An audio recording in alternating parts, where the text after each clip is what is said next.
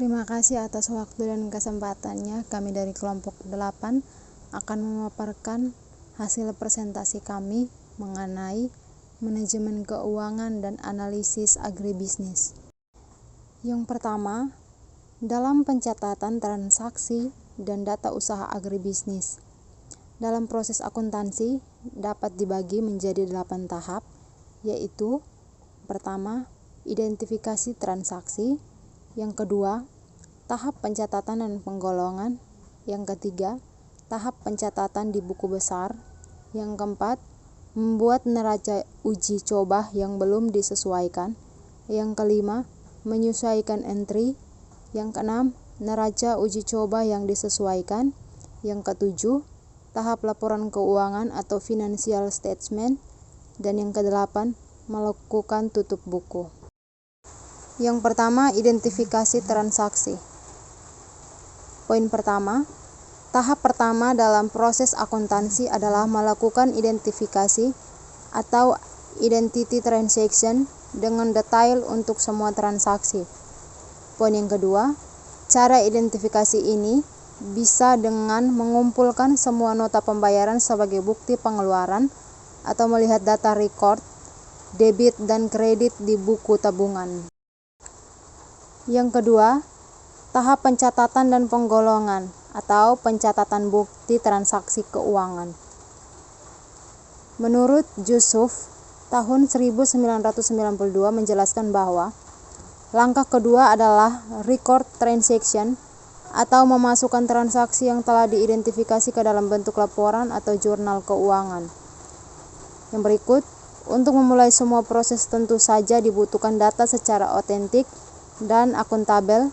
Karena itulah, pada tahap pertama setiap transaksi keuangan yang terjadi harus dicatat. Pencatatan yang detail akan sangat memudahkan menganalisis arus kas atau cash flow. Yang ketiga, tahap pencatatan di buku besar. Langkah ketiga adalah mencatatnya di dalam buku besar. Buku besar ialah buku utama yang digunakan untuk mencatat setiap transaksi keuangan yang merupakan input dari semua jurnal akuntansi dan penggolongan dari rekening yang sejenis. Buku besar inilah yang menjadi dasar untuk membuat laporan laba rugi atau neraca. Yang keempat, membuat neraca uji coba yang belum disesuaikan.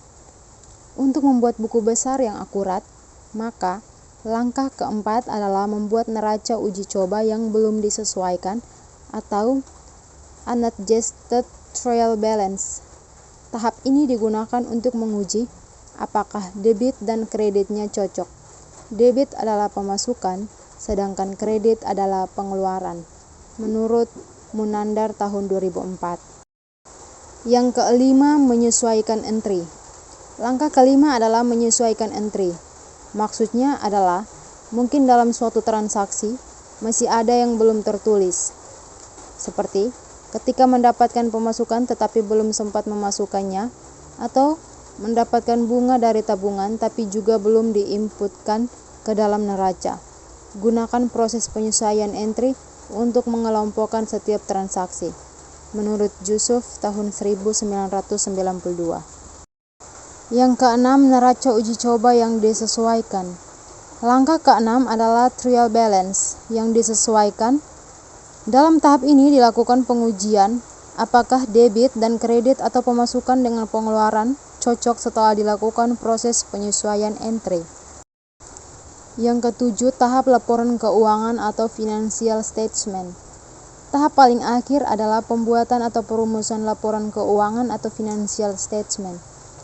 Beberapa tahap untuk melakukan analisis laporan keuangan, yakni yang pertama, laporan neraca, yang kedua, laporan rugi laba, yang ketiga, laporan perubahan modal, dan yang keempat, laporan arus kas.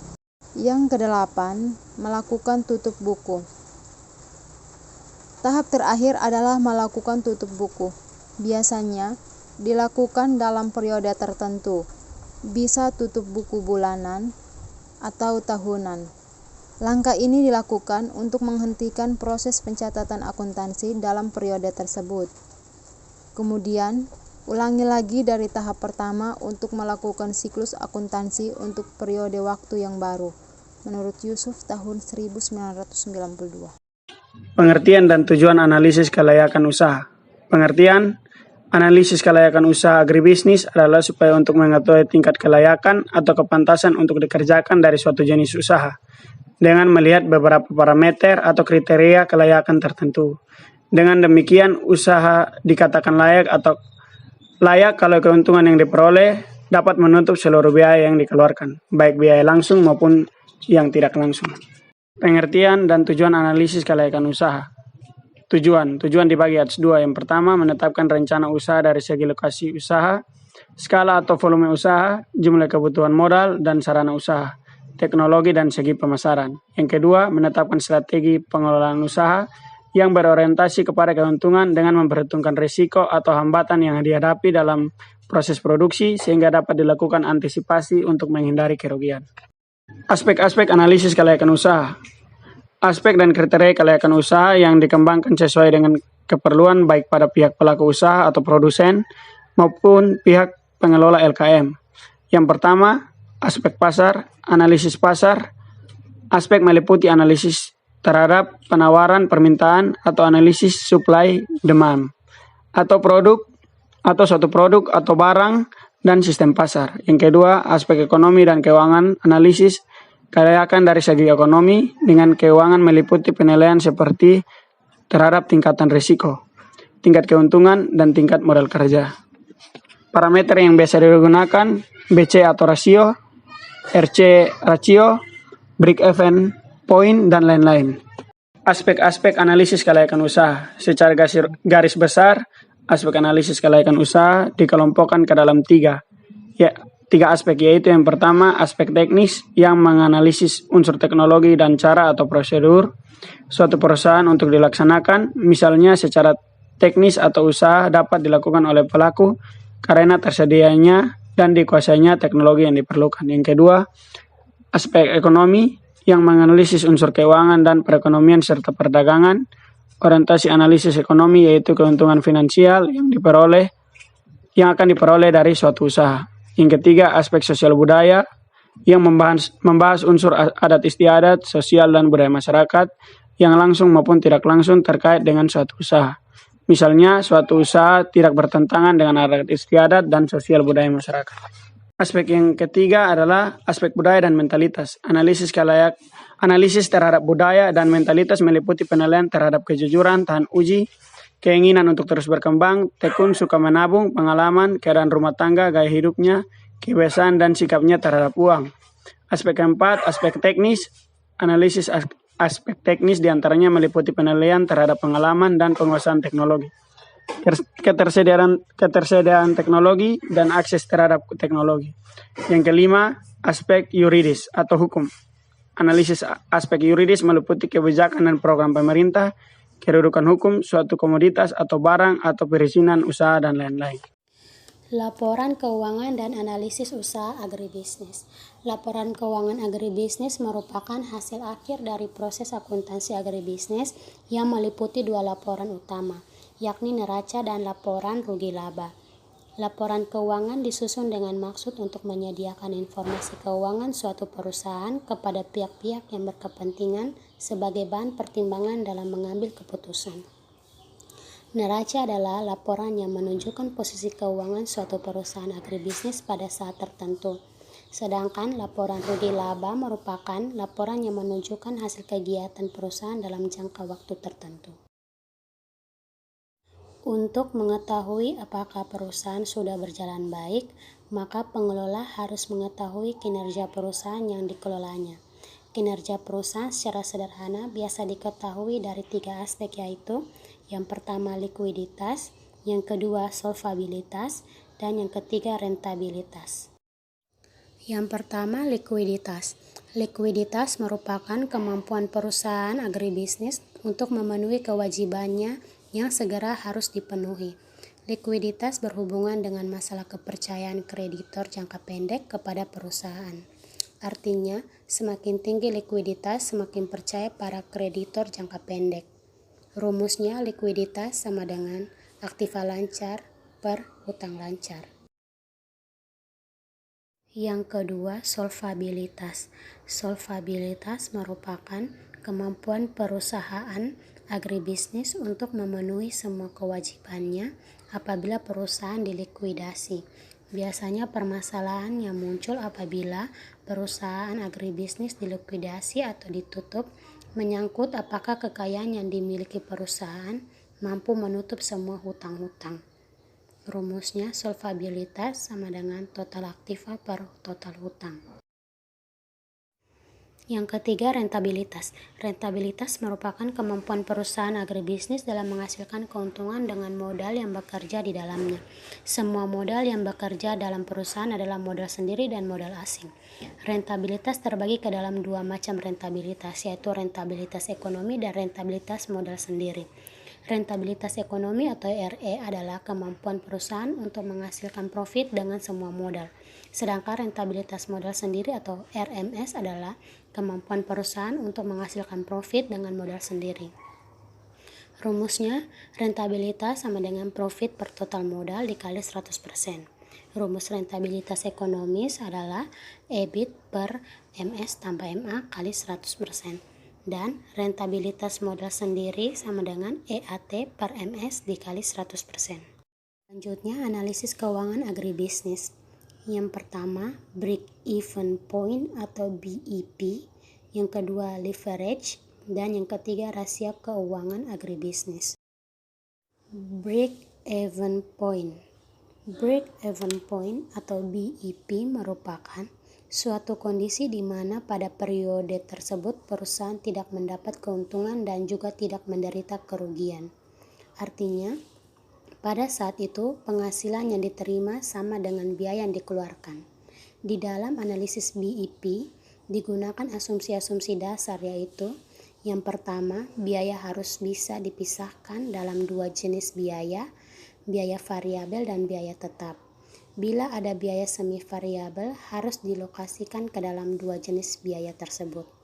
Yang kedua, harga jual per unit tidak boleh berubah selama periode analisis. Dan yang ketiga, perusahaan agribisnis memproduksi satu macam produk. Bila menghasilkan lebih dari satu macam produk, perimbangan penghasilan masing-masing harga tetap. Leverage. Masalah leverage timbul karena perusahaan menggunakan aset yang menyebabkan harus membayar biaya tetap dan menggunakan hutang yang menyebabkan perusahaan agribisnis menanggung beban tetap. Dengan demikian, leverage adalah penggunaan aktiva atau sumber dana di mana untuk penggunaan tersebut perusahaan harus menanggung biaya tetap atau beban tetap. Leverage dibagi menjadi dua macam, yaitu leverage operasi atau operation leverage dan leverage finansial atau finance leverage. Rasio keuangan agribisnis. Yang pertama, rasio aktivitas. Rasio aktivitas mengukur besar aktivitas perusahaan agribisnis dalam memanfaatkan sumber dananya. Rasio tersebut dinyatakan sebagai perbandingan penjualan dengan berbagai elemen aktiva. Rasio aktivitas meliputi perputaran persediaan, perputaran piutang, perputaran aktiva tetap, dan perputaran aktiva.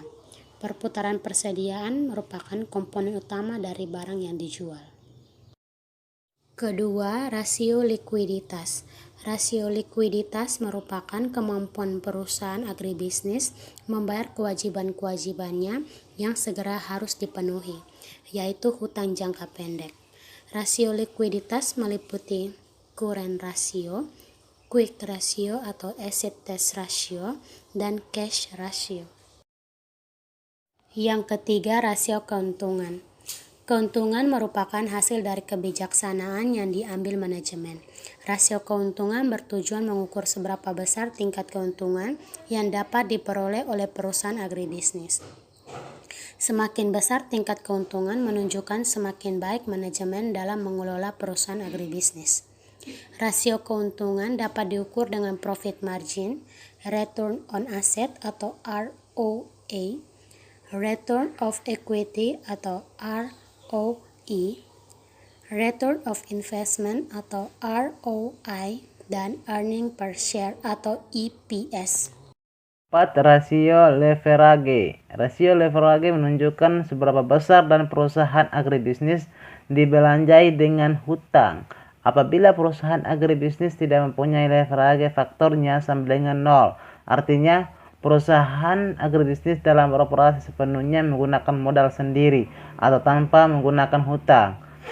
Semakin rendah leverage faktor, perusahaan agribisnis mempunyai risiko yang kecil bila kondisi ekonomi merosot. Ada 5 rasio leverage yang dapat dimanfaatkan oleh perusahaan agribisnis, yakni total debt to total assets ratio, debt to equity ratio, time interest payment ratio, fixed charge coverage ratio, dan debt service ratio. Yang kelima, rasio penilaian. Rasio penilaian merupakan suatu rasio untuk mengukur kemampuan perusahaan agribisnis dalam menciptakan nilai pada masyarakat atau investor atau pada para pemegang saham. Rasio ini memberikan informasi seberapa besar masyarakat menghargai perusahaan agribisnis sehingga mereka mau membeli saham perusahaan agribisnis dengan harga yang lebih tinggi dibandingkan dengan nilai buku saham. Rasio ini terdiri dari price earning ratio dan market to book value ratio. Yang terakhir kesimpulan. Setiap perusahaan agribisnis selalu membutuhkan dana dalam rangka memenuhi kebutuhan operasi sehari-hari maupun untuk mengembangkan perusahaan. Kebutuhan dana tersebut berupa modal kerja maupun untuk pembelian aktiva tetap. Untuk memenuhi kebutuhan tersebut, perusahaan harus mencari sumber dana dengan komposisi yang menghasilkan beban biaya paling murah. Untuk itu harus diupayakan bagaimana mengolah keuangan. Terima kasih.